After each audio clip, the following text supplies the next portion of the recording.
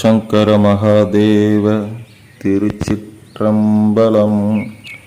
20/6/2024 வியாழக்கிழமை, ஆனி மாதம் 6ஆம் தேதி 12 ராசிக்கான பலன்களை பார்ப்போம். திரும்ப சொல்கிறேன், 20/6/2024 வியாழக்கிழமைக்கான 12 ராசிக்கான பலன்களை பார்ப்போம். சரியா? தமிழ் மாதத்தில் ஆனி மாதம் 6ஆம் தேதி. சரியா? முதல்ல நம்ம பார்க்க போகிறது மேஷம் ராசி. மேஷ ராசி. எதிலும் ஆர்வமின்மையான சூழல் உங்களுக்கு ஏற்படும். சில அனுபவங்களின் மூலம் மனதளவில் மாற்றம் உண்டாகும்.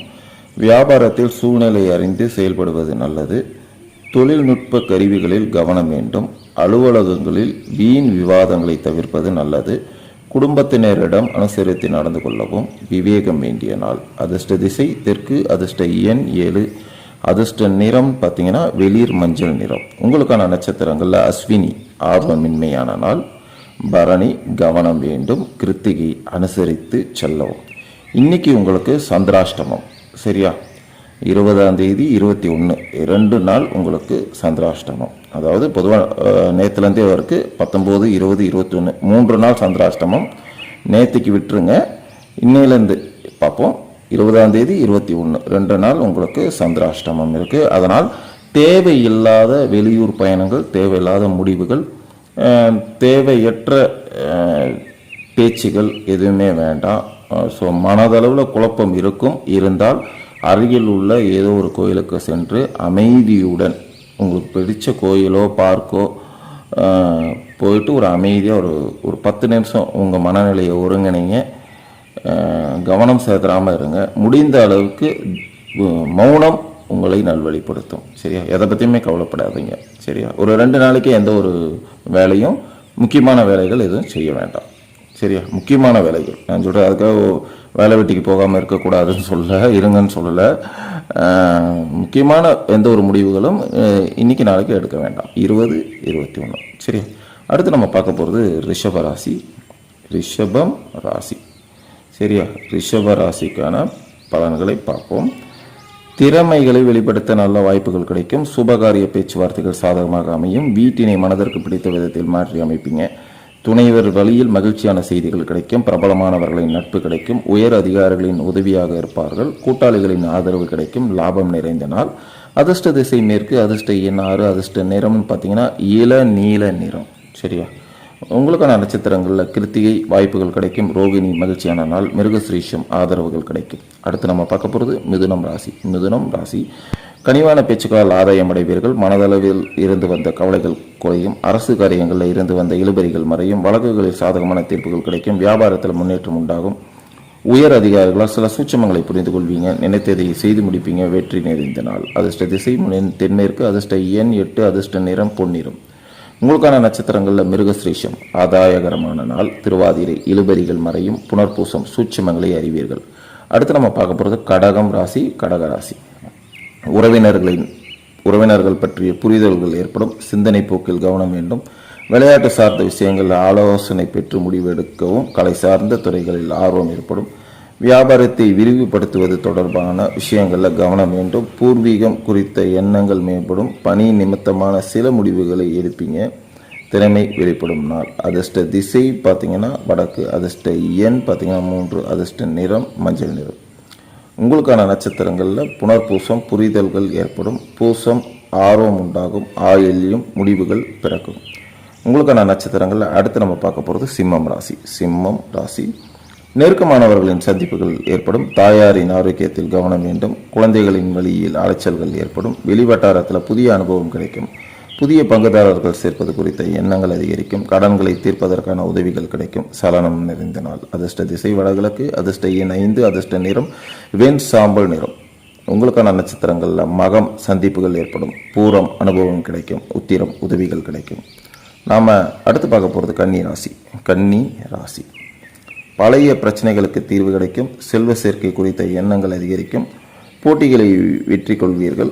மனதளவில் புதிய தன்னம்பிக்கை பிறக்கும். எழுத்துத் துறைகள் அனுகூலம் உண்டாகும். நினைத்த பணிகளை செய்து முடிப்பீங்க. உத்தியோகத்தில் சாதகமான வாய்ப்புகள் நிச்சயமாக இன்னைக்கு உங்களுக்கு அமையும். தேர்ச்சி நிறைந்த நாள். அதிர்ஷ்ட திசை மேற்கு. அதிர்ஷ்ட எண் 7. அதிர்ஷ்ட நிறம் பார்த்தீங்கன்னா இளம் நீல நிறம். உங்களுக்கான நட்சத்திரங்களில் உத்திரம் தீர்வுகள் கிடைக்கும். அஸ்தம் தன்னம்பிக்கை பிறக்கும். சித்திரை வாய்ப்புகள் அமையும். அடுத்து நம்ம பார்க்க போகிறது துலாம் ராசி. துலாம் ராசி குடும்பத்தில் ஒத்துழைப்பு மேம்படும். கொடுக்கல் வாங்கலில் கவனமாக செயல்படுவது நல்லது. புதிய நண்பர்களின் அறிமுகம் ஏற்படும். பழைய சிக்கல்கள் கட்டுப்பாட்டுக்குள் வரும். சந்தை நிலவரங்களை அறிந்து செயல்படவும். பணிகளை விரைந்து முடிப்பீங்க. பேச்சுகளால் ஆதாயம் அடைவீங்க. இன்பம் நிறைந்த நாள். அதிர்ஷ்ட திசை தென்மேற்கு. அதிர்ஷ்ட எண் 9. அதிர்ஷ்ட நிறம்னு பார்த்தீங்கன்னா சிவப்பு நிறம். உங்களுக்கான நட்சத்திரங்களில் சித்திரை ஒத்துழைப்பு மேம்படும். சுவாதி அறிமுகங்கள் ஏற்படும். விஷாகம் ஆதாயகரமான நாள். அடுத்து நம்ம பார்க்க போகிறது விருச்சிகம் ராசி. விருச்சிகம் ராசி சேமிப்பு தொடர்பான சிந்தனைகள் மேம்படும்.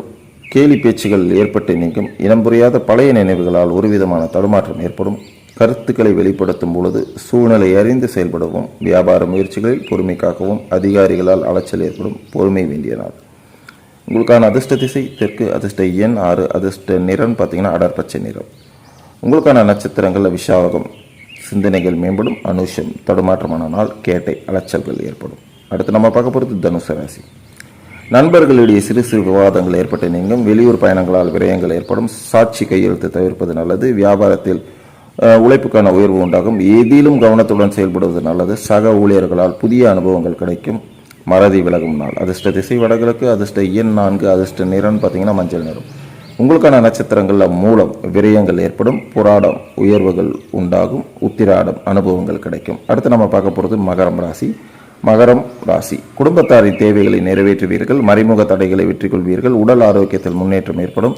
புதிய தொழில் தொடங்குவதற்கான வாய்ப்புகள் அமையும். அலுவலகத்தில் மதிப்பு உயரும். வெளியூர் தொடர்பான பயணங்கள் சாதகமாக அமையும். கழிப்பு நிறைந்த நாள். அதிர்ஷ்ட திசை தென்கிழக்கு. அதிர்ஷ்ட எண் 3. அதிர்ஷ்ட நிறம் பார்த்தீங்கன்னா ஊதா நிறம். உங்களுக்கான நட்சத்திரங்களில் உத்திராடம் தேவைகளை நிறைவேற்றுவீங்க. திருவோணம் முன்னேற்றம் ஏற்படும். அவிட்டம் பயணங்கள் சாதகமாகும். அடுத்து நம்ம பார்க்க போகிறது கும்பம் ராசி. கும்பம் ராசி உணர்வுபூர்வமாக செயல்படுவதை குறைக்கவும். திடீர் முடிவுகளால் மனதில் மாற்றம் உண்டாகும். தொழில் சார்ந்த விஷயங்களில் பிறரிடம் பகிராமல் இருக்கவும்.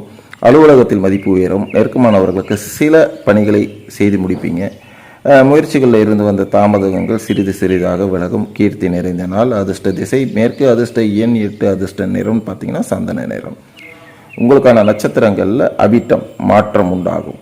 சதயம் மதிப்புகள் உயரும். புரட்டாதி தாமதங்கள் விலகும். அடுத்து நம்ம பார்க்க போகிறது மீனம் ராசி. மீனம் ராசி குடும்ப உறுப்பினர்களிடத்தில் புரிதல் ஏற்படும். தள்ளி போன சில காரியங்கள் சாதகமாக அமையும். அரசியல்வாதிகளுக்கு சாதகமாக சூழல் உண்டாகும்.